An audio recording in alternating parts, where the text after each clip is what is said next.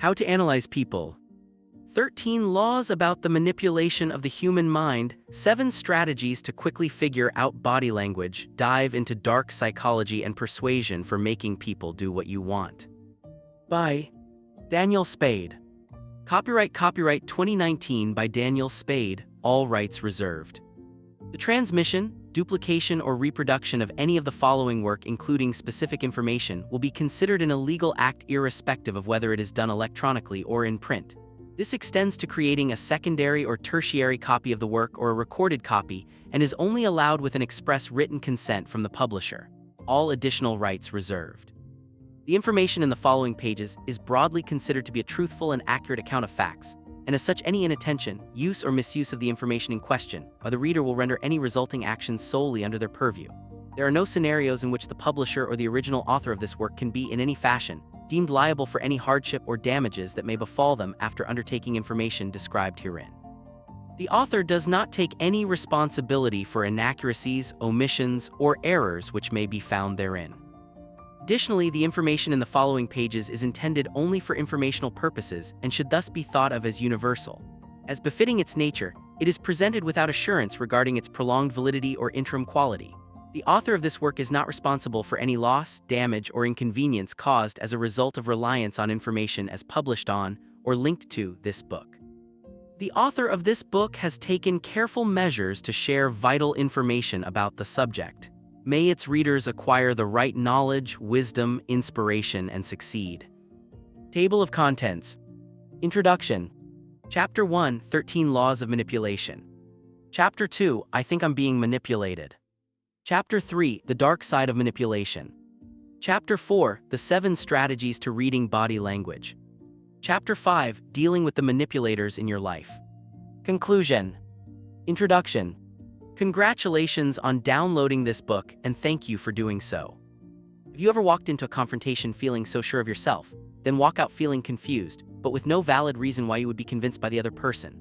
Have you ever walked out of a conversation agreeing to do something for someone but could not identify why you agreed to it in the first place?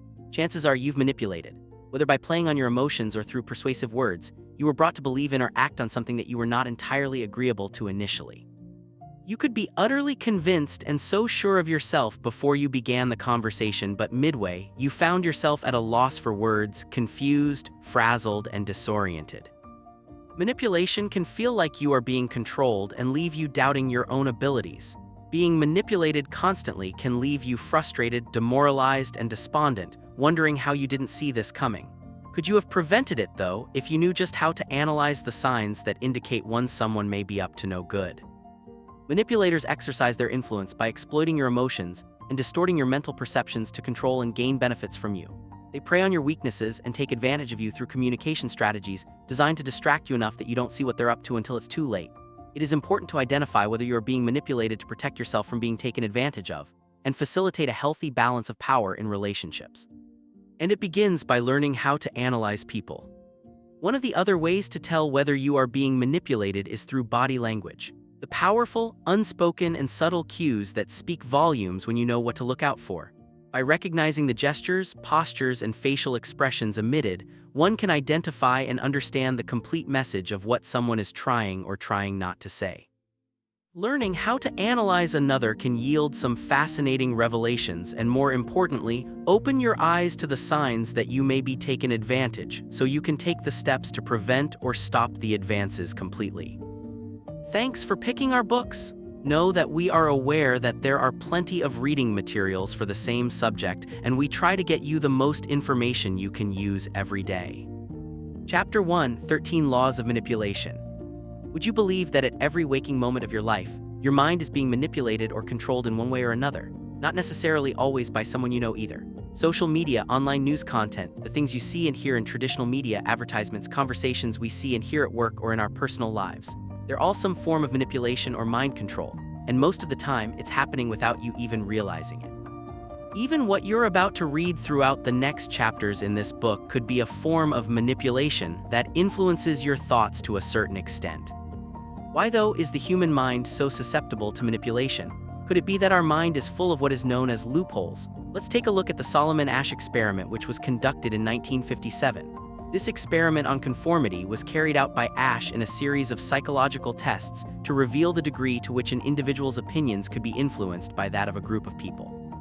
The results Ash discovered were that with the right amount of peer pressure, people were willing to ignore the facts or reality that was in front of them and resort to giving a false or incorrect response just to conform to the rest of the group. Before that, here's a quick question. Do you see yourself as someone who is a nonconformist or a conformist? Most people believe that they can be just the right amount of nonconformist to stand up against others when they know they are right about something. A conformist, however, would prefer to blend in with the group. While most tend to believe they're nonconformist, research would suggest otherwise, and that people might be more prone to conformity than they initially think. Here's a quick test. Imagine you're now part of a psychology experiment with a group of several other people. Everyone is taking the same test where you're shown a series of oddly shaped images and asked what you can see when you look at the image. On some occasions, some participants unanimously declare they can see the exact same image, but when you look at the picture, you're seeing something entirely different. You're the only one who's seeing it too. Every other participant in the room has the same unified answer. What would you do? Do you stand by what you can see, or do you go ahead and declare the same answer the other participants are giving? That's precisely what the Ash conformity experiments aim to discover. Conformity, which is a person's tendency to go along with the unspoken behavior or rules of a social group that they are a part of. Ash set out to discover with his experiments if people could be pressured into conforming, even if they knew that everyone else in the group was wrong. Ash's main purpose of his experiment was to demonstrate just how powerful conformity could be in a group. When Ash carried out his experiment, there were participants who were in on what was going on and pretending to be like all the other participants, along with those who were really unaware of what was taking place. Those who knew what was going on would behave in certain ways, and the aim was to see if their behavior was going to have any influence on the other participants.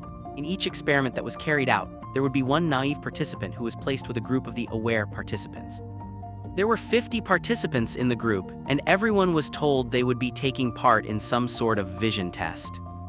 In the vision test, those who were aware of what was going on were already told what their responses were going to be for the task that was presented. The naive participant had no clue that they were the only ones who were blissfully unaware. All the participants were given a line task, and each one had to announce verbally which line, A, B, or C, was the closest match to the target line they were given. A total of 18 various trials were carried out, and the participants who were aware have incorrect answers for 12 out of the 18 trials. Ash wanted to determine if the naive participants would change their responses to conform to how everyone else, the aware group, responded. Everything was going well during the first half of the trials, with the aware responded answering the questions being given correctly. However, they later began providing incorrect answers, just as they were instructed to by the experimenters. The results. Interestingly enough, at the end of the Ash experiment, it was revealed that 75% of those who took part in the conformity experiment went along with the answers from the rest of the group at least once. When all the trials were combined, Ash discovered that the naive participants conformed to the group's incorrect answer approximately 1/3 of the time. To determine that the participants could in fact actually gauge the correct length of these lines they were given during the vision test, each participant was asked to write the correct match individually. Based on the results, the participants' judgments were accurate, with the right answer being chosen 98% of the time. Ash's experiment also looked at how much effect the number of people who were present within a group could influence conformity. When there was only one other participant present, it had no impact on a participant's answer. When there were 2 participants present, the aware group, their answers had a tiny effect on the naive participant's answer. In the presence of 3 or more participants aware, there was a significant difference in the answers provided by the naive participant. Ash also discovered that having one aware participant provide the right answer, while the rest of the aware participants gave incorrect answers, dramatically lowered the level of conformity experienced, with only 5% to 10% of the participants going along with the other members of the group. Studies which were carried out later on have also supported Ash's findings, which then suggests that when it comes to conformity, social support was an important element that needed to be present. When the naive participants were questioned later on why they chose to go along with the rest of the group, even though they knew the answers were wrong, most responded with although they knew everyone else was wrong, they didn't want to put themselves at risk of being ridiculed. A few of the participants believed that the rest of the group had the right answers, and they were the ones who were wrong. The findings of Ash's experiment reveals the truth about conformity, which is that it is in fact influenced by both a belief that other people could be smarter or more informed, and a desire to fit in with the rest of the group. This loophole, then, is where the human mind thus becomes susceptible to manipulation. Why do we conform? For those who understand how the human mind works, it then becomes so easy to take full advantage of the leverage that they have. Using this knowledge to their benefit, they can easily influence all the other unsuspecting individuals with just a few well-placed words or simple commands. Manipulation easily puts you in a position of power when you play on someone else's emotions, the easiest target. If you could convince another, and make them believe that in doing what you want them to, they will be happy, they'll be more than willing to bend to your rules. If you make them feel guilty enough, they'll try and do what they can to fix the situation. Even playing on someone else's fear makes them an easy target. Make them believe they're in danger of losing something they cannot afford to lose, and they'll jump at any opportunity that's presented to them. If your supervisor were to dangle the possibility in front of you that you might lose your job, wouldn't that fear spur you into doing whatever request they ask of you? Emotions make manipulation so easy. Ash conducted even further experiments and discovered that the reasons we become susceptible more to conforming when there are more people present. When the task is more difficult and we are faced with uncertainty, we then tend to confirm when we believe others might be better informed than we are on the subject. When we view others in a group as having more power or influence. Ash did discover, though, that the power of conformity does decrease when the participants were able to respond individually or privately away from others. Further research does show that less conformity takes place if the person in question has at least one other person within the group that supports their point of view. Interesting indeed. The 13 laws of manipulation. Manipulators can come in all shapes and sizes. As different as they may be as individuals, there are certain things that manipulators have in common with each other. And that is the fact that they're sneaky, deceptive, and underhanded, and will resort to using any tactic if it means they get what they want at the end of the day. They care little about your feelings or anyone else, for that matter, even the people they love. The only thing that matters is their own agenda and getting what they want. Manipulators resort to one, two, or several tactics to get to achieve their goals, always at someone else's expense. While the tactics may vary from one manipulator to the next, there are 13 laws of manipulation that every manipulator will use at one time or another. Law 1: hide your intentions. Lying is perhaps the oldest and most effective form of manipulation around. Manipulators often resort to this tactic when they try to avoid responsibility or twist to the truth for their benefit. Some manipulators even resort to lying when there is no real reason to do so, simply thriving on the pleasure of creating chaos or the knowledge that they're playing with someone else's feelings. A skilled manipulator knows how to work this angle so subtly that you don't even realize the lie that they spin until it's too late. There could be several reasons why a manipulator resorts to lying. It could be to take advantage of another, to conceal their true intentions so you don't know what they're up to, or perhaps even to level the playing field so they can remain one step ahead of you. An employee who is concerned about their job might approach the boss and ask about the possibility of being laid off or fired. The boss, in an attempt to conceal what's really going on, might tell the employee there's nothing to be worried about when in fact, plans were already being made to replace him once he has completed work on the project he was assigned to. A colleague who has been eyeing that same promotion you are might withhold potential information so that they could put themselves ahead of you. Law 2: attention seeking. A little bit of drama in life keeps things interesting, but for a manipulator, drama happens all too frequently. Why? Because they created it on purpose. Manipulators like being the center of attention to validate themselves and give their egos the confidence boost they believe they need. A colleague at work might resort to creating conflict between colleague A and B by telling tales to each of them about the other. This thereby ensures that while colleague A and B are at odds with each other, they then turn to the manipulator for comfort, which then makes the manipulator feel important.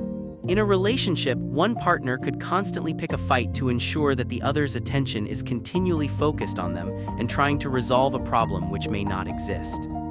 Law 3: behaving emotionally. Manipulators could be highly emotional individuals, prone to dramatic or even hysterical outbursts when they want things done their way. Melodramatic, loud, obnoxious, over the top, even at the slightest provocation, a manipulator will resort to emotional behavior, which is most of the time inappropriate in a social setting. A couple loudly arguing in the restaurant because one partner is behaving unreasonably when things are not done their way resorts to this behavior. Hoping their partner might be embarrassed enough to give in to their demands makes this an extremely effective manipulation technique when used correctly. Law 4: playing victim. Everyone always feels sorry for them. They seem to have the worst luck in the world. No matter what problem you may be having, they find a way to make you feel guilty for even talking about it by pointing out how their problem is 10 times worse than yours. We all suffer from a stroke of bad luck every now and then, but the manipulator has managed to skillfully use that unlucky streak to elevate their own victim status and put themselves above everyone else. A friend who constantly plays up all the negative aspects of their life while dismissing your problems is resorting to this manipulative tactic to get the attention they want. Tell them you had a bad day because you had a flat tire on your way to work this morning, and they'll tell you how you could be lucky you even have a car to complain about while they have to endure the hardships of public transportation. Manipulators resort to this emotionally draining tactic to gain sympathy from others, which is another way of seeking attention and making sure that everyone is focused on them. Law 5. Taking credit where it's not due. Manipulators have no qualms about getting you to do most of the legwork and then swooping in at the last minute to take credit like they have done the lion's share of the job. A common tactic which is often used in a professional setting, especially in group projects or teamwork. These crafty manipulators flit around delegating jobs, seemingly appearing busy, when in fact they're not really doing anything at all. But when it comes time to take credit, they have no problems about pushing you aside and taking credit for the ideas and the work that you've put in. Law 6. Depend on me. Manipulators want you to feel like you need them in your life, that you simply cannot live without them. In a social setting, they're the popular ones whom everyone else seems to flock to, making you desperate to want to be a part of that group. In a relationship, they could be the partner that constantly reminds you, what would you do without me? Or how would you survive without me? They do you favors and help you out at a time when you need it most, making you feel indebted to them so they can come and cash in on these favors at a later date. With a manipulator, no favor ever comes for free. Manipulators create this false belief that you need them in your life because the more you depend on them, the more control they have over you, which is exactly what they want. They prey on the vulnerable and make themselves the indispensable friend in your life, basking in this special status they have created. The more you lean on them for support, the more opportunities they have to prey on your emotions and exploit you for their own advantage. Law 7. Selective honesty. Have you ever felt so disarmed by how a generous person you know could suddenly turn around and stab you in the back? Or felt so wrong-footed when you realized you only knew half of what was going on? That's because the person who was feeding you with information was a manipulator, and the reason you feel stabbed in the back or wrong-footed is that they only fed you information that they wanted you to know while purposely withholding the rest. Selective honesty. A powerful manipulative tactic that can be used to disarm an unsuspecting victim. A tactic which is today very prominent within professional settings especially. Manipulators at work use it all the time to get ahead. If there are 5 people up for the same promotion at work, the manipulator will try to give themselves the upper hand by withholding important information that they know while simultaneously assuring everyone else that this is exactly what's going on. They lead you to believe that they are being generous by cluing you in on what's taking place, but in reality, they're making sure you're at least 2 steps behind them every step of the way. Law 8. Pretending to be a friend. Don't be fooled by the overly friendly person you just met on your first day at the office. They could be pretending to be your friend while gathering information about you which they could later use to their advantage. While some people may genuinely be friendly, start to raise the red flag if this person is being a little too friendly by asking very personal or probing questions, especially if you've only just met them. This tactic is prominent within a professional setting, and if your gut is telling you something is off, it probably is. The manipulator could even exist within your own circle of friends. They pretend to be your friend by subtly being the one who is in control of the conversation. The conversation will always be what they dictate it should be, and it will only happen when they determine it should happen. This friend might also pressure you into making decisions by giving you very little time to think about it. Phrases like, "If I'm really your friend, you'll do this for me," roll off the tongue of the manipulator too easily and always for their benefit. Law 9. Non-committal. Do you know anyone in your life who has a hard time committing to anything, even after you've told them how important it is and that you could use their support right now? The non-committal individual is no friend of yours, they're a manipulator. They take pleasure in withholding their approval or support if it means there's an opportunity for them to give themselves the upper hand to control the situation for their benefit. They're only looking out for themselves, and they will especially refrain from committing to anything if it means having to assume responsibility. Being non-committal is a manipulation tactic often used in romantic relationships. When a romantic partner is being non-committal, it keeps the other on their toes and keeps them coming back for more, thereby giving the manipulator the upper hand. The longer they withhold their commitment, the more bending over backward you'll be willing to do just to get their approval. Law 10. Playing dumb. Is that colleague you know genuinely unaware of what's going on? Or are they feigning innocence to avoid taking on extra responsibility? Playing dumb is a manipulative tactic that often goes overlooked, but if you pay close attention, you'll find it apparent within a lot of professional settings. If you're a leader of the group project at work, would you assign extra responsibility to that one team member who wasn't as sure of something? or assign that extra responsibility to another. The employee who was then playing dumb gets away with doing far less but getting the same amount of recognition as everyone else in the group. When there's a conflict between a group of friends, could that one friend who doesn't know what's going on be telling the truth? Or could they be feigning innocence, knowing full well they were responsible for instigating the conflict in the first place? In a romantic relationship, could your partner who doesn't know what you're talking about be telling the truth when you confront them about an issue? Or could they be playing dumb to avoid being caught in a lie? Sometimes the innocent party may not be so innocent after all. Law 11. Pointing the finger at others. A manipulator will always try to keep their hands clean by first, never assuming responsibility, and secondly, by always trying to point the finger at someone else so they get off scot-free whenever there's a problem. Especially when that problem could potentially jeopardize their reputation and expose them for who they are. If you know anyone in your family, friends, or even among your colleagues who always blames the problem on anything and anyone but themselves, you could be dealing with a manipulator. Keep a lookout for anyone whose the pattern of behavior involves always making someone else the scapegoat. Law 12. Telling you what you want to hear. It's hard not to feel good when you're being flattered, and you're more inclined to like the persons who's doing all the flattering more than others. If there's one person in your life who's always telling you all the things you want to hear, wouldn't you be more inclined to want to follow them or spend more time with them? It's hard not to feel good around people like these, but telling you all the things you want to hear is not necessarily the sign of a good friend. They could be buttering you up so they can cash in on a big favor at a later date which you'll be guilted into helping them with because they've been so nice to you. Law 13. Controlling your decisions. A classic setting when manipulation in the form of controlling another's decision is present is within a romantic relationship. While it is perfectly normal for you to base or change your decisions because of your partner, is it because there exists within you a genuine desire to make them happy? Or are you doing it because you don't want to risk making them angry? There's a very fine line between what constitutes manipulation in a relationship. If you find yourself canceling plans far too often with friends because your partner expresses their displeasure or makes you feel bad, that's manipulation in play. If you refrain from wearing clothes that your partner dislikes even though you love it, or stop yourself from getting a haircut because your partner said they don't like short hair, that's a subtle form of manipulation. They're controlling your decisions without making it seem obvious that they are.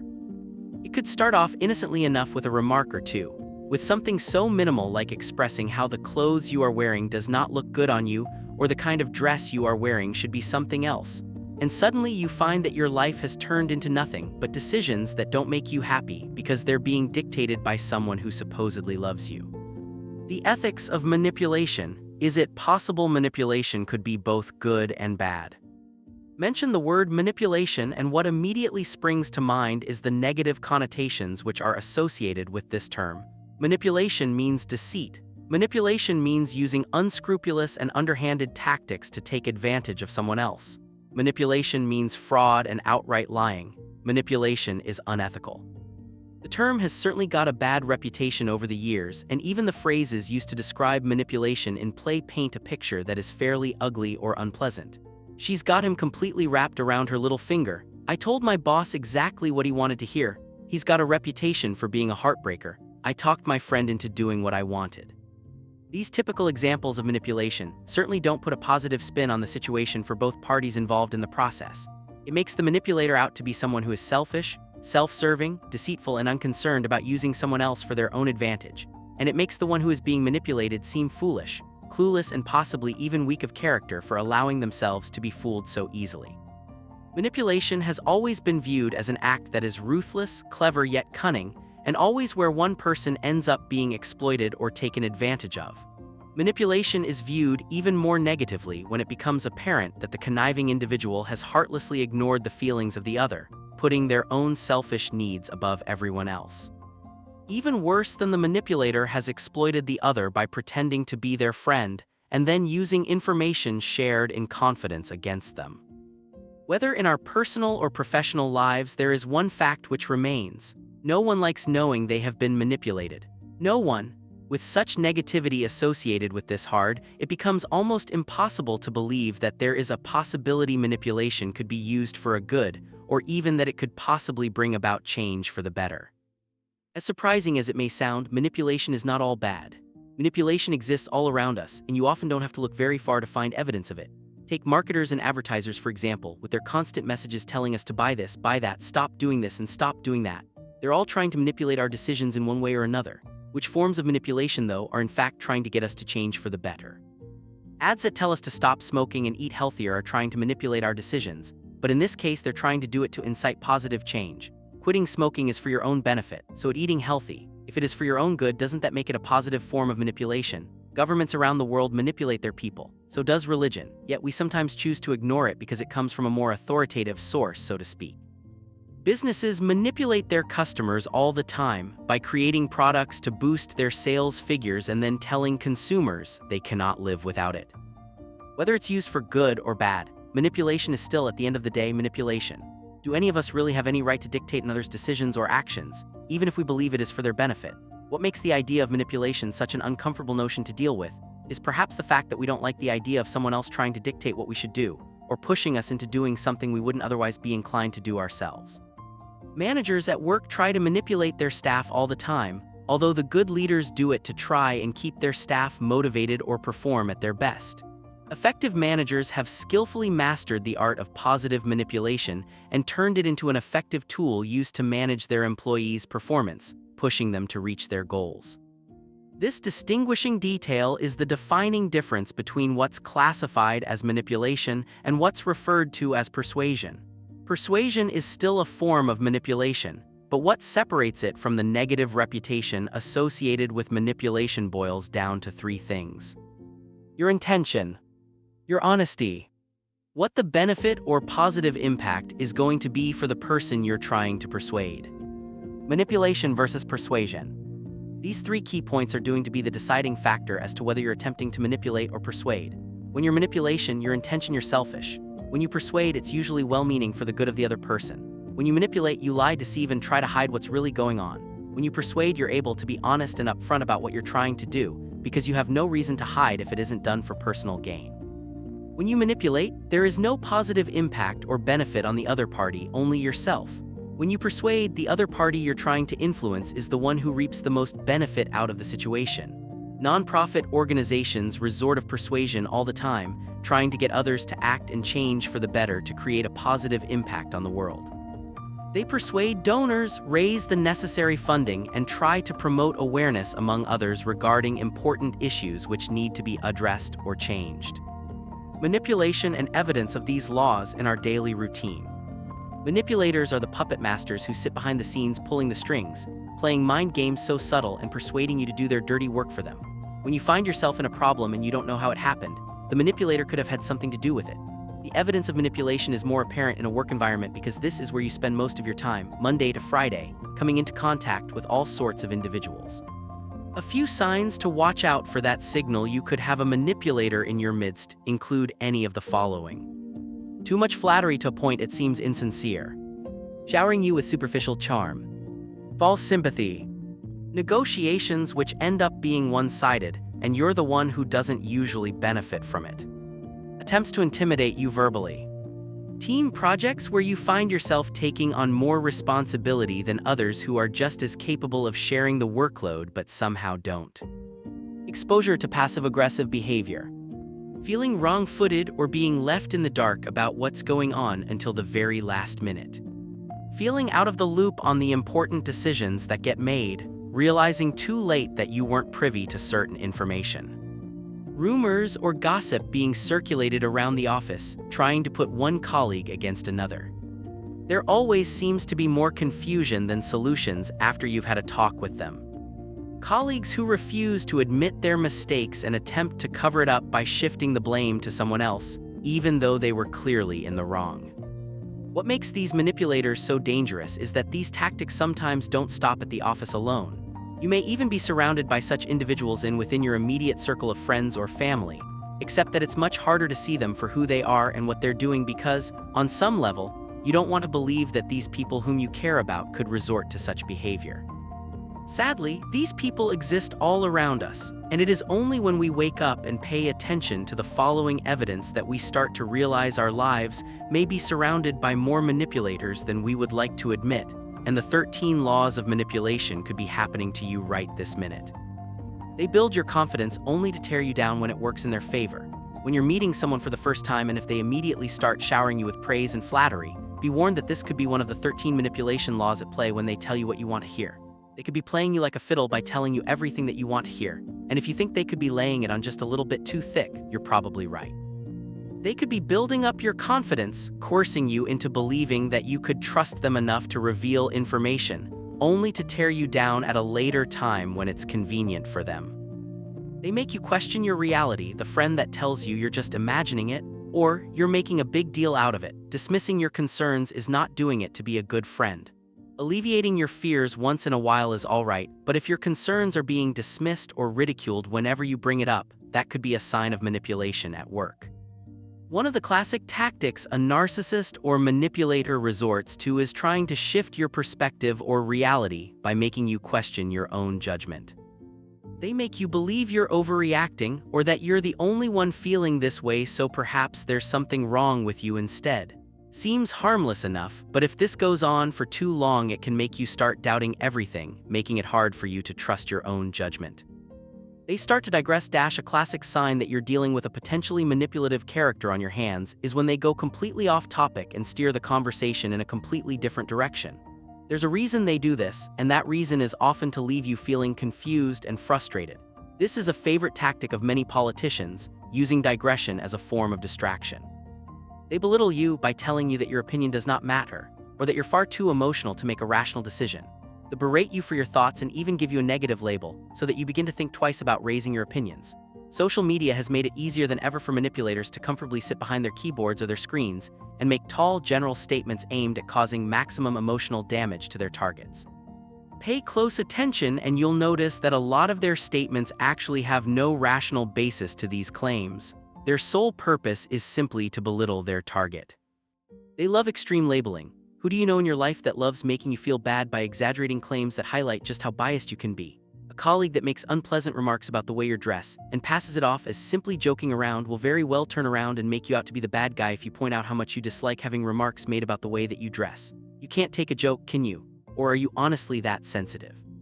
Are examples of exaggerated statements aimed at making you out to be the bad guy. They never appreciate you no matter what you do for them. It's never going to be food enough. No matter what you do, it will never be satisfactory enough to warrant any gratitude. Tell them you can dance and they'll ask you if you can do math while you dance. Tell them you're happily single and they'll ask, isn't it a struggle to be that lonely? Tell them you've been happily married for a while now, and if it's just you and your spouse, they'll ask what you're waiting for and why haven't you started a family yet. No matter what you tell them, they'll always find some kind of fault with it. They make you feel bad about everything, quite literally everything. If you go out with another group of friends, they'll make you feel bad about not inviting them. In a relationship, the manipulative partner can make you feel bad when you don't live up to their expectations. If you tell them you can't manage both dinner and a movie because you need to work late and ask if just dinner alone is okay, you might be met with a response like, sure, I guess so. I was really looking forward to both, but I guess if you're happy with it, then it is okay. Subtly turning things around and making it seem like you're the one at fault is what manipulators do best. These toxic individuals could even be your own family members, and that's one of the hardest truths to accept. To think that your own family could be capable of manipulating you is an idea no one wants to be confronted with, but it happens. Keep an eye out for the following signs if you suspect you could be dealing with manipulative family members in your household.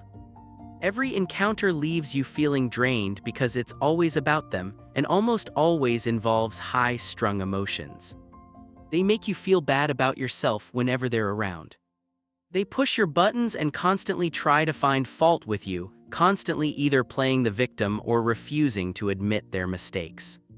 You find yourself making excuses to avoid their company because you don't want to be around them. You always have to set aside your own desires to accommodate their needs. You find yourself having to watch what you say around them because this isn't the first time they have tried to use what you say to personally attack you. They make you feel guilty for not spending time with them. You feel like you have to pretend to be someone you're not when you're in their presence. Chapter 2, I think I'm being manipulated. There are certain people in your life that just make it so difficult for anyone to get along with them. They could be disagreeable, bossy, emotional, domineering, volatile, arrogant, rude, and a whole host of other challenging personality traits. While a lot of these behaviors can be neutralized when you carefully manage them, some characteristics and traits can be more damaging than others, to a point that no amount of management will be able to neutralize the toxic effects of their behavior. These people are usually the manipulators. Manipulation, persuasion, and dark psychology explained. As bad as this behavior can be, we often don't want to come right out and call someone manipulative. Being called a manipulator is a criticism against yours or someone else's character.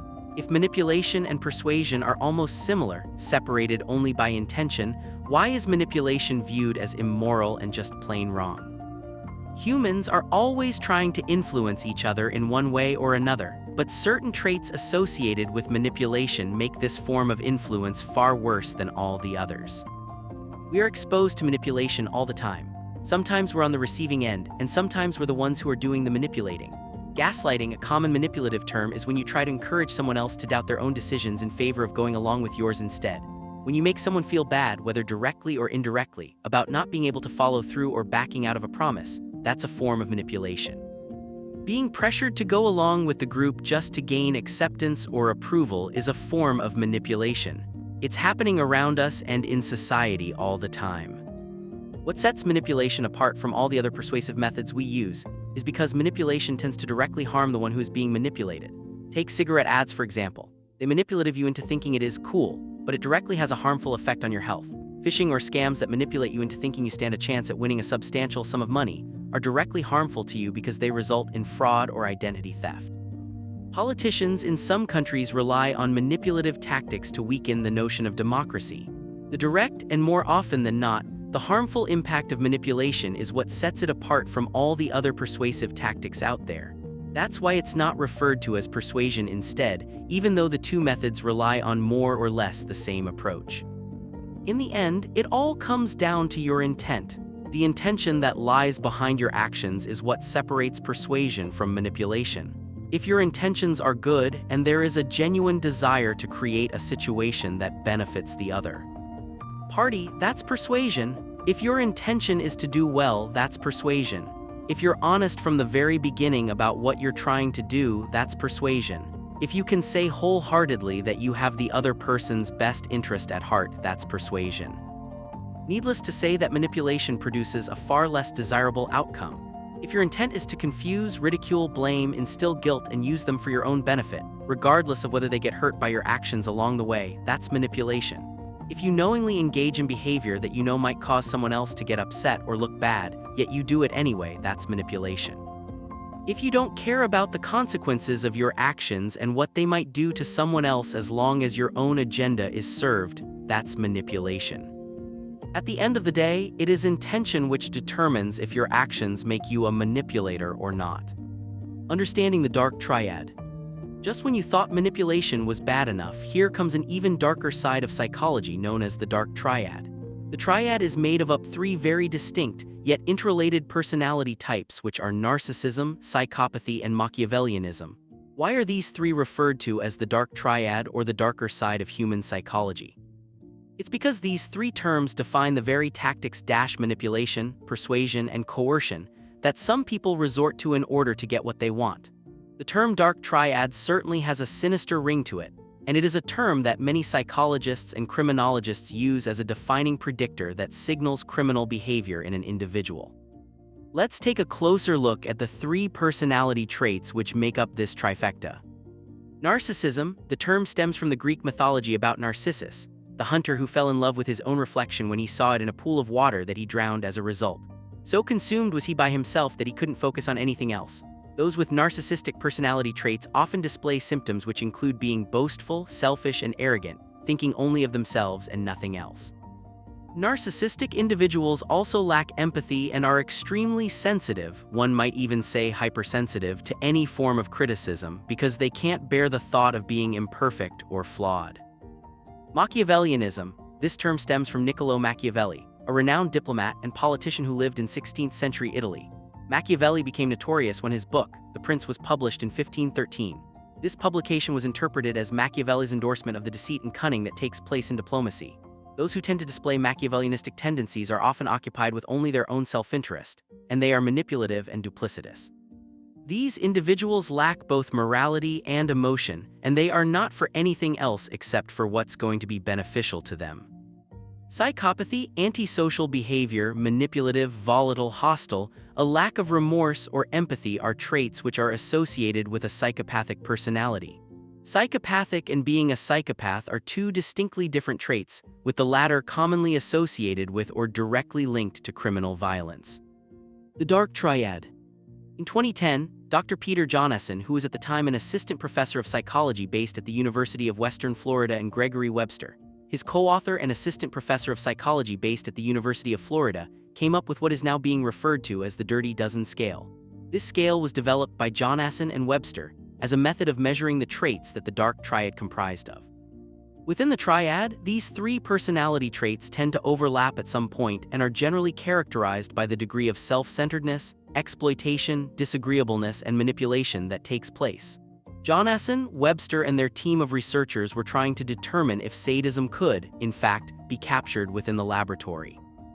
They were also trying to discover if these sadistic personality measures could be used to predict behaviors beyond the already established measures that the Dark Triad consisted of.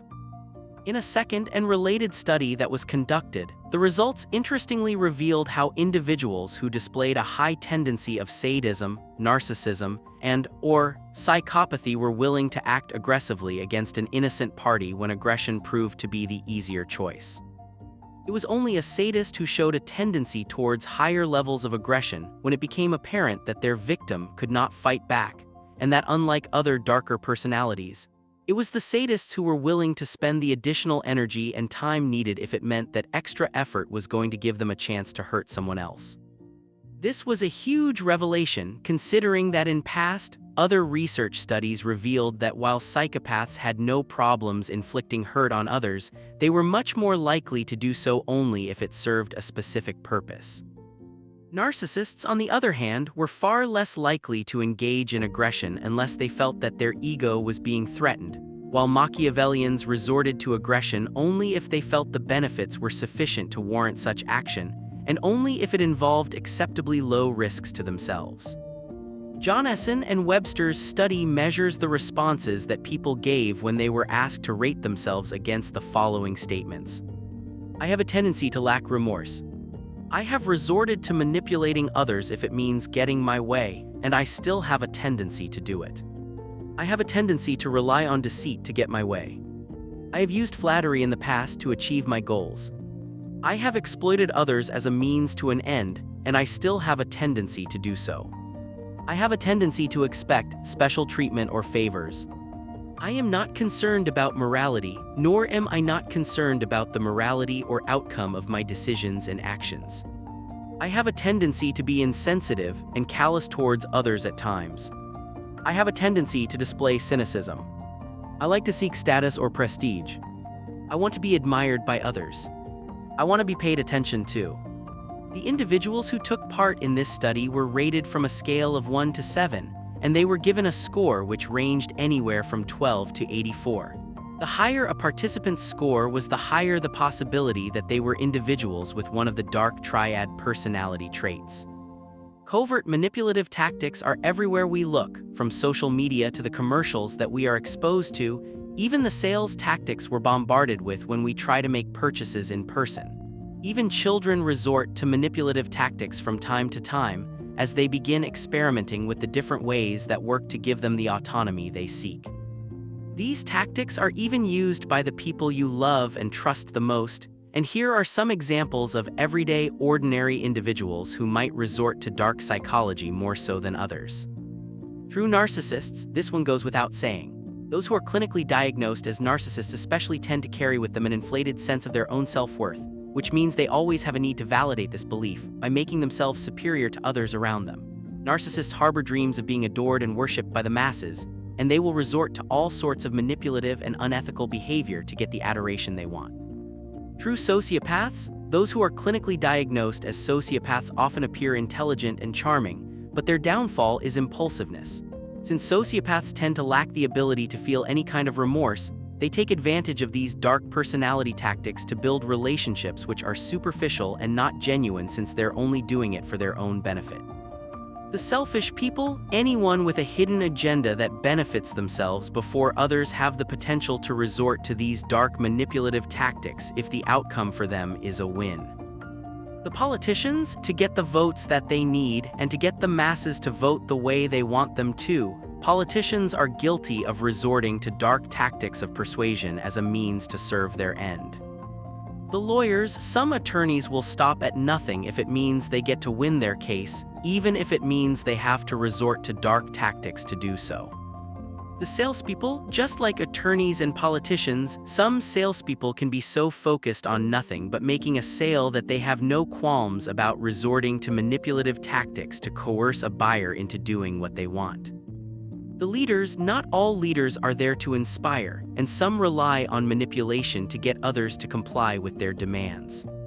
The public speakers, not all public speakers can be trusted, and there are some out there who will resort to manipulation if it means there's an opportunity to sell more products to do so. These are just some of the many examples out there of people who will resort to the more malevolent side of the human personality spectrum, and always for no one else's benefit but their own. German-Danish research conducted recently revealed that while psychopathy, Machiavellianism, and narcissism do make up the dark triad, other personality traits could fall within a similar spectrum. Examples of these include egoism, spitefulness, and sadism, to name just a few, and as the research revealed, these malevolent traits all share one common thing, which is that they have a dark core. It is very likely that if you display any one of these tendencies, you might have a tendency for the others as well. Sadists have been mentioned several times throughout this chapter, because those with the dark triad tendencies harbor within them the potential to overlap into sadistic behavior. You might even have encountered a sadist in your life once or twice. Maybe they're still in your life now. If you know anyone who would purposefully cause another emotional harm and derive great pleasure from it, that's a sadist. What makes a sadist dangerous is that their actions can range from anywhere between petty and severe.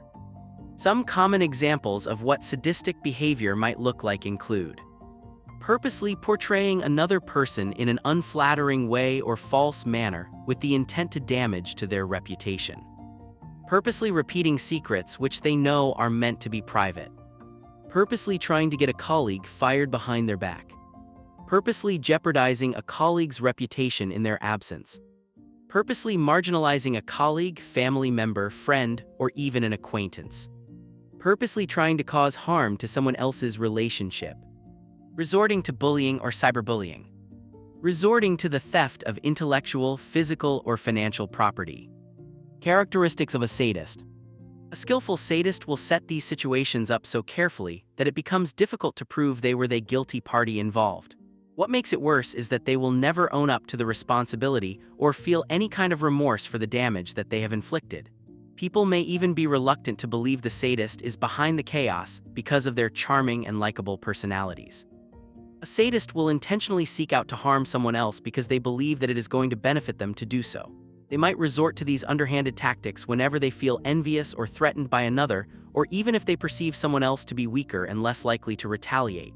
In some cases, it may not be clear as to why the sadist has chosen to launch an attack on the victim. We don't often think or want to believe that the sadist could exist within our own immediate circle of connections, but they do, and they could be your parents, siblings, extended family members, spouse, friends, and the people that you work with. Here's an example of a scenario when a sadist might be lurking in your midst among your family.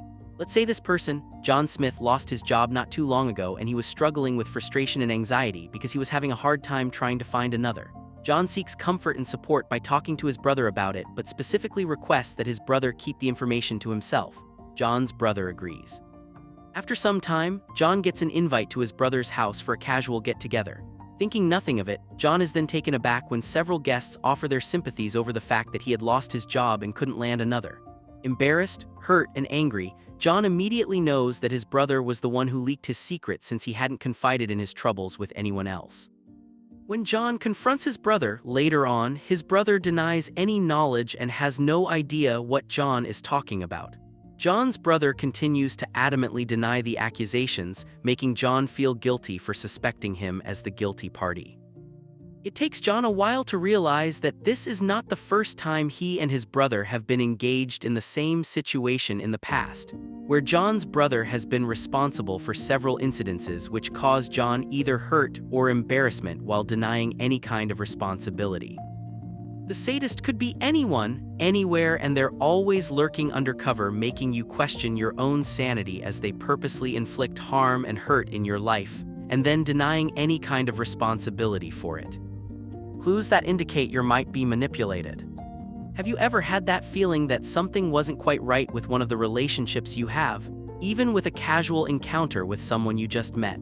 Something just didn't quite feel right and you left feeling even more stressed, frustrated, or confused than when you first started. That could be a sign you were in the presence of a manipulator. The reason why manipulators resort to the tactics that they do is that they're often incapable of simply asking for what they need, or being able to express their needs in a healthy, direct manner.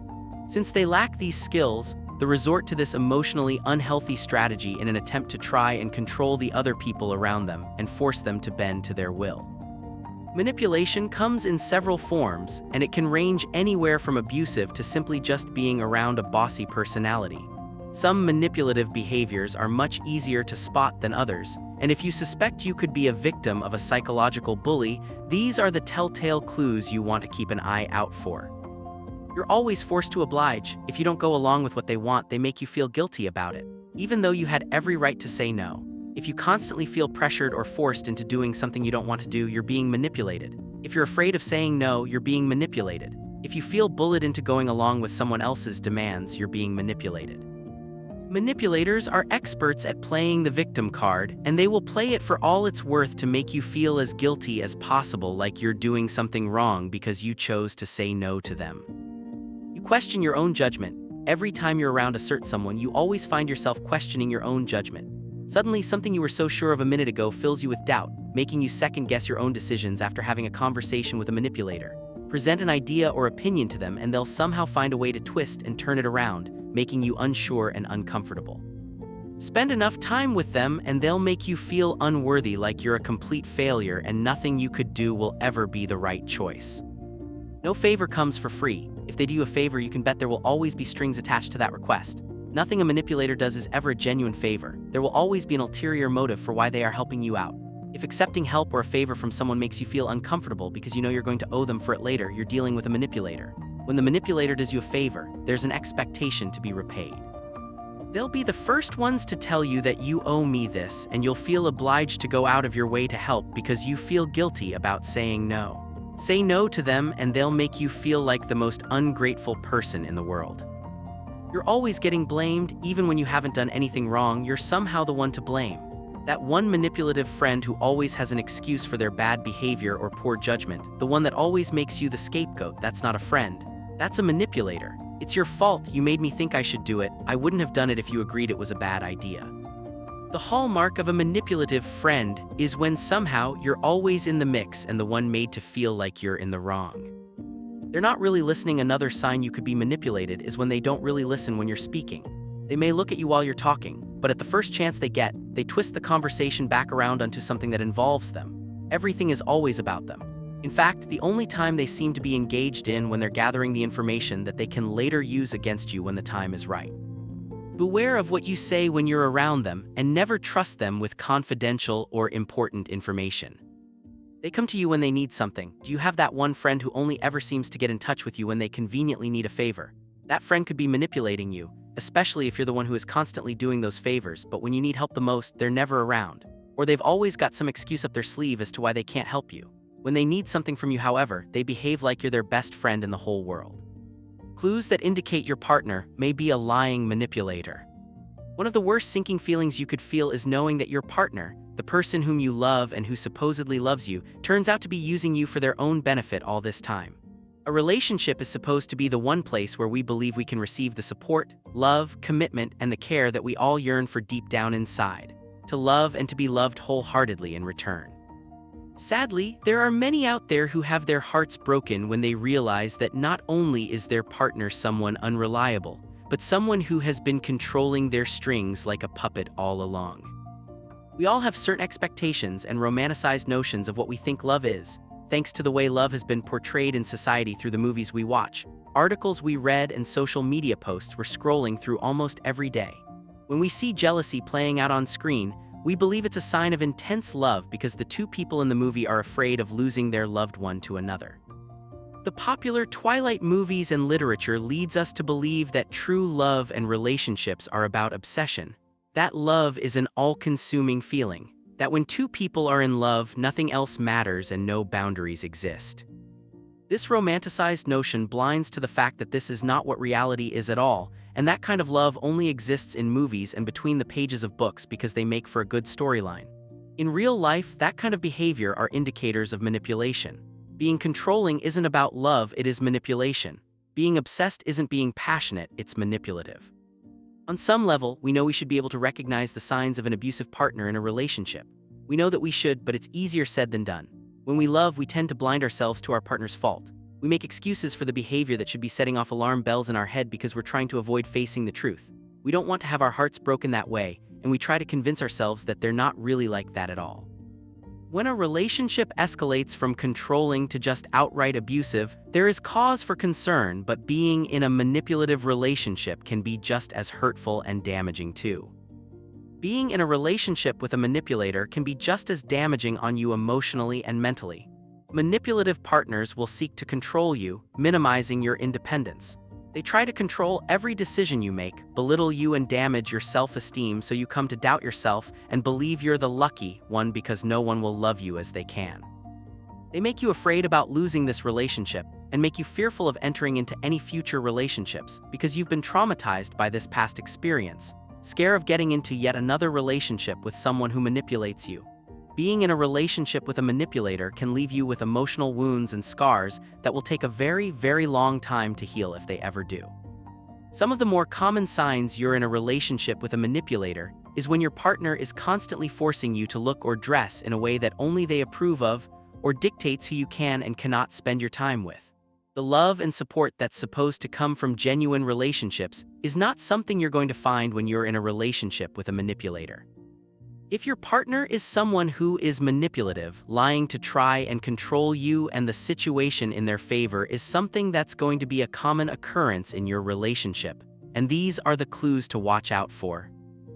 Lying to make you feel guilty about spending time with others. Since the manipulator wants to be in control, they'll try to cut you off from your support system as much as possible by trying to restrict the amount of time you spend with your family and friends. They'll resort to lies and sob stories about how hurt they feel that you've neglected them when they needed you most, even though that may not be true, and tell you that they feel you're always putting other people's needs above theirs when you claim that you love them. Their goal is to try and isolate you from the other people in your life so you become totally dependent on them, and the more you rely on them, the more controlling power they have over you. They may not outright tell you to stop spending time with other people, but rather they try to subtly nudge you inch by inch away from your social circle through the lies that spin to make you feel guilty about your actions. They lie and criticize. Every little thing you do is subject to criticism when you're with someone who is manipulative. The worst part of it all is that they lie so convincingly when they tell you they're doing it because they love you or that it's for your own good. They will constantly criticize just about everything that you do the longer you continue to remain in a relationship with them. They'll criticize everything from the way you dress, the way you talk, the things you say, the way you spend your money, your passion, your hobbies, your interests, the decisions you make, even when you suggest fun ways to spend quality time together if it's not something they want to do. They'll find a way to critique it. They'll criticize you so often that you feel incompetent and insecure enough that you no longer feel comfortable making decisions without running it by them first. They're not trying to help you. They're trying to undermine you. They create mistrust. You may be the most completely honest and trustworthy person there is, but a manipulator can make you feel otherwise. As deeply in love as two people are, they are still individuals in their own right, and everyone is entitled to their privacy. Unless you're in a relationship with a manipulator, that is, because they'll completely disregard this fact, given that they're never satisfied unless they can control every aspect of your life. A manipulative partner will refuse to acknowledge your right to privacy, and has no problem spinning lies and guilt to make you out to be the bad guy when you try to protect your privacy. They make you feel like you're the one who has something to hide, that you're the one who cannot be trusted because you choose to keep your emails or text messages private. They'll even try to make you feel bad for protecting your diary if you have one. The manipulator thirsts for control, and when they can't get it, they resort to any means necessary to try and invade your privacy. Your privacy is your right, and you should never have to feel forced to reveal what you're not comfortable with. Manipulators might demand access to your passwords, social media accounts, and even more private information by spinning some tale about how they're afraid that you might break their heart by cheating on them. They could even tell you tales of how they have been cheated on in the past and how much it hurt them to have their hearts broken that way, even though it may not be true. The point is, they'll tell you whatever story it takes to get you to feel guilty enough to reveal your private information, even going so far as to claim that two people who are in love should never have secrets from each other. However, there is a big difference between being secretive and having a right to privacy, and being in a relationship does not mean you have to sacrifice the latter. They talk a lot about protecting you, which is of course nothing but another lie when it's coming from the manipulator. They're not protecting you, they're not even thinking about that when all they care about is their own self-interest. Deep down, who wouldn't love the idea of knowing that there's someone out there who loves them enough to protect them from the big bad world? That person does exist, just not with a manipulator, unfortunately. When you love someone, there's a natural desire to want to protect them and keep them from feeling hurt. When you love someone, you're willing to do whatever it takes to keep them safe, and you never want to see them hurt, upset, or unhappy in any way. The manipulative partner will lead you to believe that this is what they want for you, but the red flags should start to go up when protecting on their terms means they get to make all the decisions for you about how you should live your life. They'll tell lies about wanting to protect your finances, protecting you from friends who are not a good influence in you, protecting you by constantly keeping tabs on where you're going and what you're doing. When you tell them you're uncomfortable with this kind of control, they turn around and lie once more by convincing you they're doing it out of love and because they want to protect you, when the truth is they're trying to do the complete opposite. They want you to depend on no one else but them, so they will always have the upper hand. If you really were in a healthy relationship, your partner will be protective, but they'll also be realistic. They know they can't protect you from everything, and they certainly won't try to by dictating how every aspect of your life should be run. When you're in trouble, they'll find constructive ways to help you instead of making you feel bad for not listening to them. They won't demand that you hand over your password or any other private information in the name of protecting you. They provoke you with lies. Sometimes a manipulator could resort to provoking you into an argument by lying and exaggerating, blowing things out of proportion, just because they know it pushes your buttons when they do. They purposely say things which are targeted at triggering negative emotions within you, even going so far as to lie just to make their argument more convincing. You are left with the nagging question of why they do things the way they do. Because sometimes they simply want to push your buttons just to make you angry enough to say something that they can use against you later on, when you tell them their argument makes no sense. They'll put on a show worthy of an Oscar about how deeply you've hurt them. They'll keep pushing and pushing, and if you let them, they'll push you right over the edge, and everything you say can and will be used against you at the next opportunity they get. They tell you they'll die without you. Possibly one of the biggest lies a manipulator spins are the lies that tell you that they simply cannot live without you. That if you leave them, they will die. They're not going to, and they'll certainly never do anything to harm themselves. It's just a lie that they're spinning to make you feel guilty for even entertaining the notion of possibly ending the relationship when you see them for who they really are. There's a term for this kind of behavior, and it's called emotional blackmail, and it is arguably one of the most selfish characteristics of being in a relationship with a manipulative individual. No one should have to make you feel scared or guilty about doing what's best for you, and they certainly should not be shoving the responsibility of their life onto you in such a manner. Telling you that they will die if you ever leave them is nothing but an empty threat, and once you know for sure you want to cut ties with the manipulator, never let them make you feel guilty for this decision.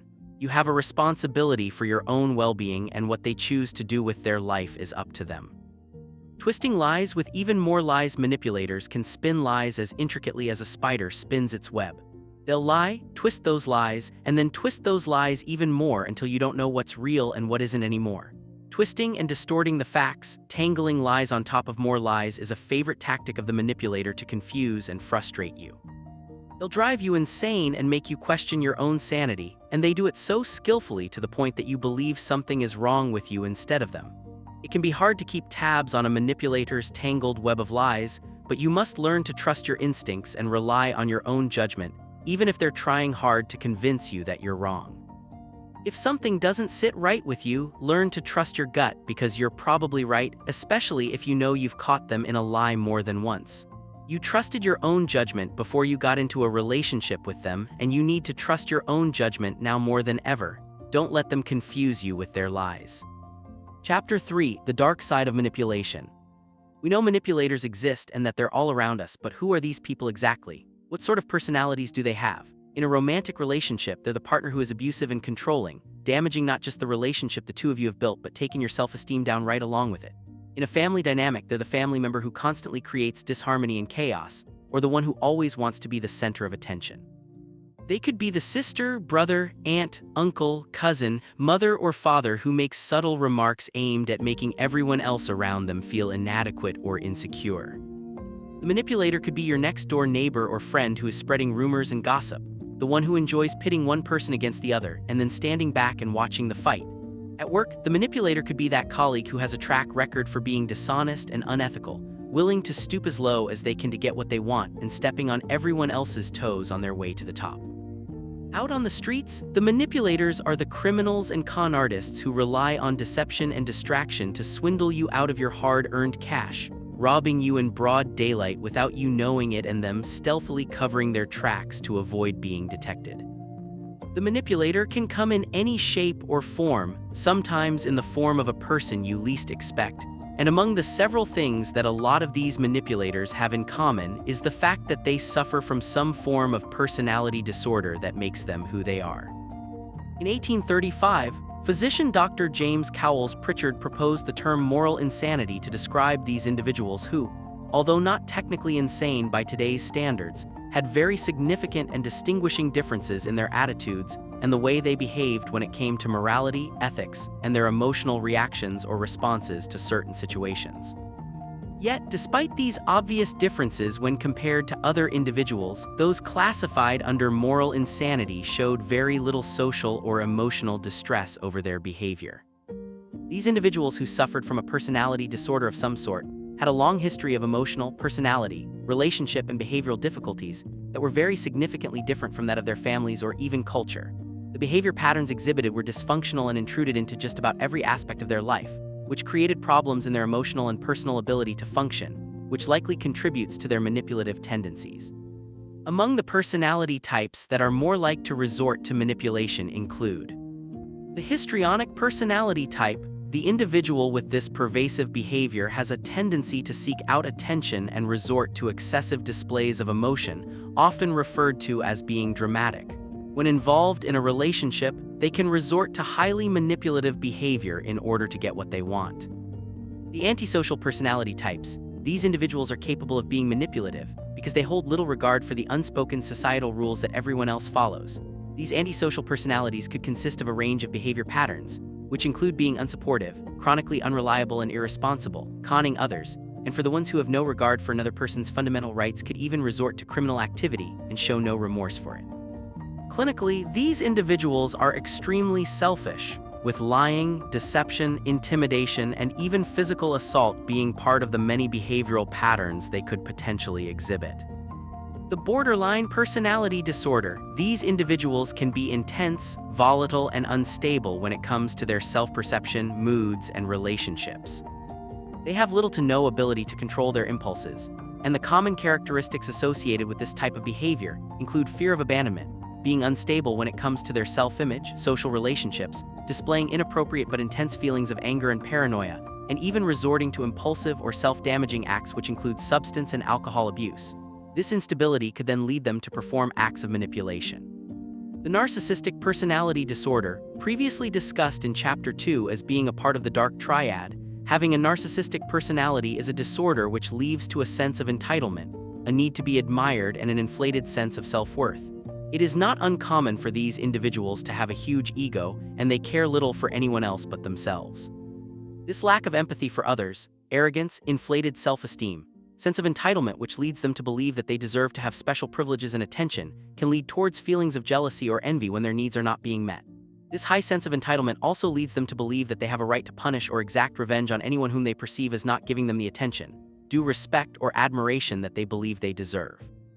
Psychologically, narcissism is not capable of genuine self-love, since those who struggle with narcissism are more in love with the grandiose and idealized, unrealistic image of themselves that they have built up in their minds. These delusions of grandeur that they harbor within them are exactly what leads to such dysfunctional behavior, and why these individuals are more often than not described as demanding, selfish, patronizing, and manipulative. Their friendships, family life, romantic relationships, and even professional relationships are not safe from their narcissistic tendencies, and what makes it harder is that those with this personality disorder are reluctant to change, preferring instead to expect others to conform to their needs. Personalities likely to manipulate. What makes the narcissist a dangerous manipulator? It's not just arrogance and vanity that contribute to a narcissist's delusion of superiority, but the grandiose idea that they are more important than everyone else around them that leads the narcissist to believe they are special enough to warrant getting anything that they want. They see themselves as being better than everyone else. and they only want to associate with those whom they deem to be on the same level as they are. What makes the narcissist such a dangerous type of manipulative personality, which is why it is part of the dark triad, is because they don't just believe they deserve respect and recognition, they demand it. They've created a skewed perception of reality in their mind in which they are the star of their own show, and everyone else is merely a supporting player. Anything and anyone that is perceived as a threat just waiting to burst the bubble of their fantasy world is going to be met with extreme reactions which could include defensiveness, threats, and even outright rage. Since they have a constant need to be praised, admired, and recognized, even though they may have done nothing outstanding, maintaining a healthy relationship with a narcissist becomes nearly impossible. The relationship is doomed to be one-sided from the start, a relationship where mutual benefit does not exist since the only one that stands to gain anything is the narcissist. Since they genuinely believe they deserve to get anything they want because they're better than everyone else around them, they expect everyone to automatically bend over backward and comply with their every demand without question. To the narcissist, anyone who doesn't meet their demands or go along with what they want is considered useless and invaluable. Should you be brave enough to deny their requests or even be so bold as to ask for a favor in return for all the help you've given them in the past, it won't take much for them to fly off the handle and react aggressively in anger, outrage, or even emotionally torture you by subjecting you to the silent treatment. The narcissist is a danger to your mental and emotional well-being for the simple reason that they have no regrets and will be more than willing to take advantage of exploit you for their own personal gain without shame or remorse for their actions. This inflated sense of self-worth leads them to believe that they are entitled to treat you any way that they see fit, and they'll never see their actions as being wrong or immoral in any way.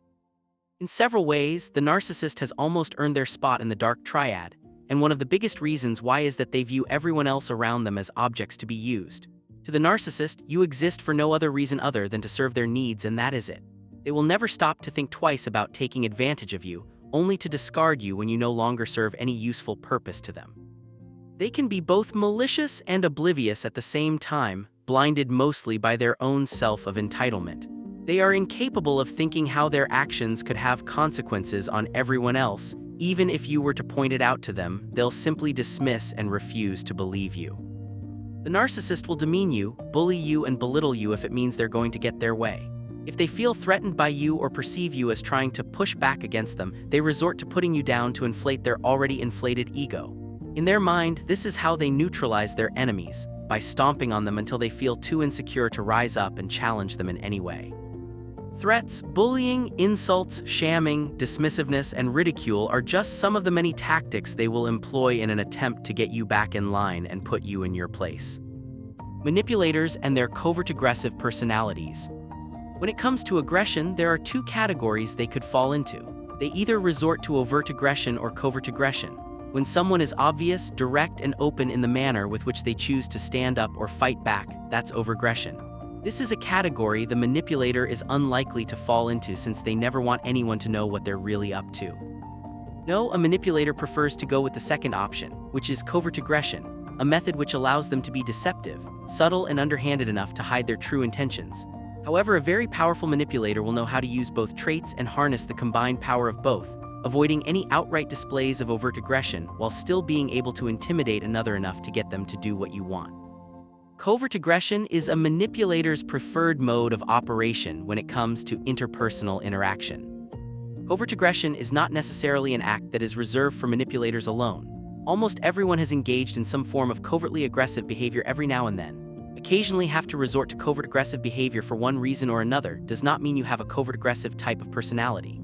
When you habitually repeat this type of behavior the way a manipulator does, then it becomes part of your personality. Manipulators with covert aggressive personalities rely on a steady diet of control, deception, and manipulation to keep them going. This tactic has become a part of who they are and their preferred way of dealing with everyone else around them to get things done the way they want it to go. For those who have never experienced it firsthand, they might have a hard time understanding why victims of manipulation have a hard time realizing what's going on, and why they fail to see that they're being taken advantage of. It can be tempting to brush the victims off and assume that they're foolish for allowing themselves to be manipulated in that way. That is until you come to understand that there are very good reasons why the victims fail to realize they're being manipulated until it's too late. especially when the manipulator relies on covert aggression to hoodwink their targets.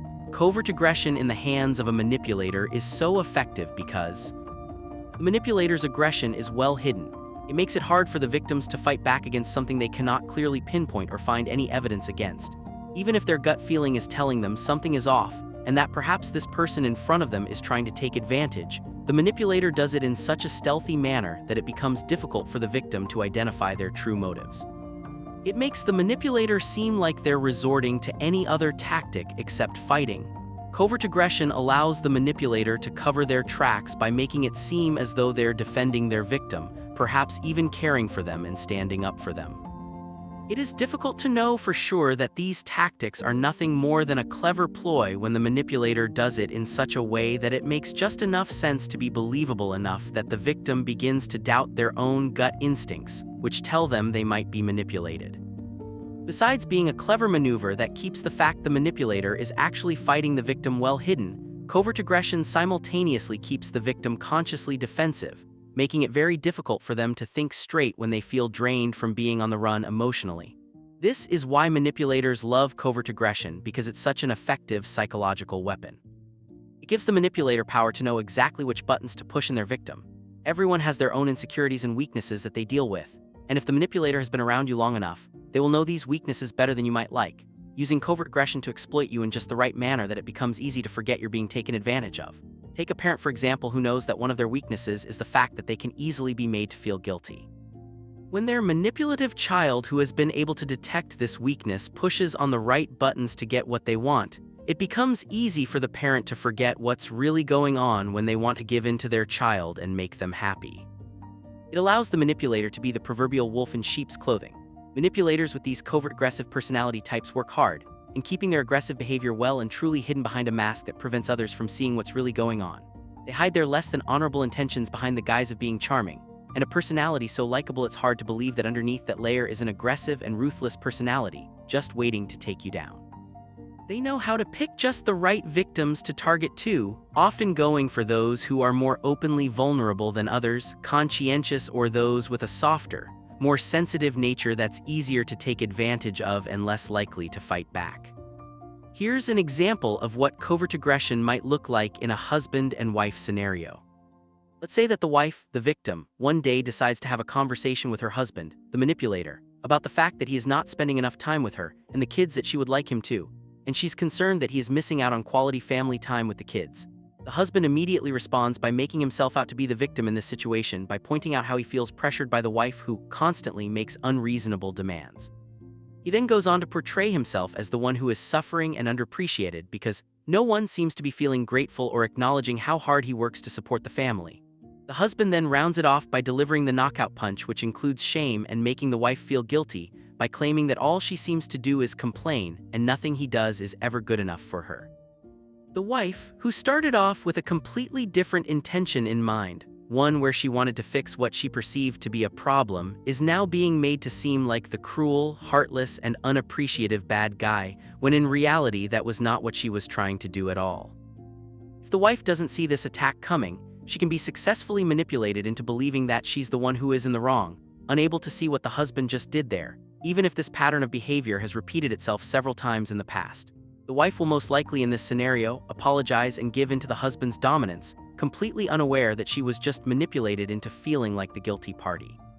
As American author Steve Maraboli so succinctly put it, the louder a person makes claims of sainthood, the bigger the horns they're trying to hide. Only the manipulator will know the exact reasons why they choose to target the victims that they do, but when they do choose a target, it's because that person has something that they either need or want. It could be a financial need, an emotional or even physical need. If you have it and they need it, you're a target to them. Manipulators delight in this cat and mouse game that they play with their victims, reveling in the fact that the entire time, they are the ones in a position of power since the victim has no idea what's going on. They use the connection and the bond that they have built with their victims to hold them hostage, and the poor victim is sometimes being made to feel like they have no other choice except to comply. And that is why people with personality disorders are so dangerous and manipulative. Mind control, could it be happening to you? It might sound like something straight out of a science fiction movie, but mind control is possible. Well, sort of. Not the kind of mind control where you have the power to turn anyone into a robot you can control any way you like but close enough. The kind of mind control that subtly goes unnoticed most of the time is the kind of mind control that is taking place all around us every day. It's the influence. Influence, the Psychology of Persuasion, a book written in the 1980s by researcher Dr. Robert Cialdini, highlights several different scientifically proven methods and principles which are used to influence others, along with several suggestions as to how to go about doing it. Since it was written, it has become among the most important books in the marketing world, and businesses use these tactics all the time in trying to sell their products to consumers. Mind control isn't about magic powers or having any kind of supernatural knowledge at all. In fact, mind control at its most basic form exists in the form of marketing and advertising, something which all of us are exposed to every day. On a more personal level, mind control techniques are tapped into by manipulators to control everyone else around them when they try to dictate the outcomes in their favor. Mind control techniques exist all around us once we open our eyes and start looking around. Advertising and marketing is just one form of subtle mind control. Another big one that has most of the world addicted to it on a daily basis is social media. Facebook has successfully built its global empire, which boasts 1.6 billion users who are actively participating on this platform and counting. And yet hardly any of the users are likely to realize how Facebook has managed to amass that kind of power through subtle mind control techniques. And one such technique is through inducing within its users the fear of missing out on what's happening. Humans have always craved contact with other humans, and historically we have never coped with loneliness. Each and every one of us has a deep-seated desire to be accepted, to have a community that we can relate to or identify with, and it is exactly the fear of losing connection with the friends and followers you have on your social media accounts, not just Facebook, that keeps you coming back for more. Social media is still not the full story, because mind control techniques don't stop there either. What do you think happens each time to type in a quick search into your Google browser? Do you genuinely believe that you have complete autonomy when you're conducting your online research? According to Robert Epstein, a psychologist, that's not what's happening at all. What's really going on is what Epstein calls SEME, search engine manipulation effect. The SEME effect is rooted in the fact that each time a user hops online to search for something, half the time what we end up clicking on are the first two results that appear on the first page of Google. More than 90% of the clicks that take place are happening within the top 10 results which Google has displayed in front of you. There are pages and pages of other results, other websites, and links which still contain the keywords you're looking for, but it is Google that ends up deciding what you're going to end up reading, which is most of the time what's on the first page, and here we thought we had complete control over our search choices too. Dr. Robert Hare, a researcher and an expert in the field of criminal psychology, explains that basic mind control techniques are used all the time by psychopaths who attempt to form a relationship with someone with the intention to control and dominate them. The narcissist is another group of people who frequently resort of mind control tools to coerce their victims into doing their bidding. Mind control is nothing more than another extreme form of manipulation, and it is just as dangerous as all the other manipulative techniques applied, because we don't see mind control as something that is present in our day-to-day life. We tend to think of brainwashing as something that only cults or religious groups resort to, or something that advertisers and politicians are more likely to resort to than the average person. It can be hard to fathom that the colleague working alongside you in the next cubicle is more than capable of applying subtle mind control techniques as a way of exerting control over you. Common examples of mind control techniques taking place right in front of us through the manipulator we know include being offered several choices without realizing that all those choices lead to the same conclusion. This is how the manipulator leads to believe that you have a choice and you're making your own decisions when in reality they've already made the decision for you. Having the same idea or phrase repeated to you so often that it now sticks in your brain. Having the manipulator perform a technique known as intelligence dampening on you. This is where they will provide you with a series of brief snippets of information on several different subjects, indirectly training your brain for short-term memory and making you feel overwhelmed by the amount of information you're receiving on several subjects. This overwhelming feeling is exactly what they want you to feel because it has you turning to them for answers and make you more susceptible to going along with what they want. Ever had a colleague who came and fired off a series of instructions to you before you've had time to process it, and then conveniently offer solutions that they already wanted anyway, and you feel so relieved you accept without a second thought? Mind control at work. Manipulating your emotions by putting you in a state where your emotions are heightened to a point that it makes it hard for you to think straight. The harder it is for you to focus, the easier it is for them to control you by implanting ideas into your mind. Mind control techniques are effective in the hands of psychopaths because they know how to read the people around them effectively. They've worked hard at developing this into an art form, motivated mainly by the strong desire to control and exert dominance over their targets. Psychopaths have learned how to size up their targets quickly, doing a quick but accurate assessment of what their weaknesses and strengths may be, and as they go along, they continue to gather more information about their targets, which provides them with more leverage and control. If you think someone you know could be using subtle mind control techniques against you, watch out for the following red flags. You feel isolated. One day you look around and you realize you've somehow managed to isolate all your friends and you're feeling extremely lonely all of a sudden. You're not quite sure how it happened, and the only friend left whom you can turn to is the one who caused the isolation in the first place. You change your behavior for them. When was the last time you did something that genuinely made you happy in your romantic relationship? Something that was for yourself without being worried or afraid of what your partner might say or how they would react. Sulking, being moody, and getting you to change your behavior for them just to avoid an argument from happening is a telltale sign that mind control techniques in your relationship are starting to make themselves known. When you start changing your actions because of what someone else wants, you're being controlled. Nonverbal cues to control. Relying on a technique known as metacommunication, the manipulator will attempt to mind control you by relying on nonverbal cues to get you to change your mind. For example, if you were to suggest that you and your partner go out to get dinner from that pizza place you like but they don't, they could agree but accompany that yes with a loud, dramatic sigh and a slump of their shoulders which leaves.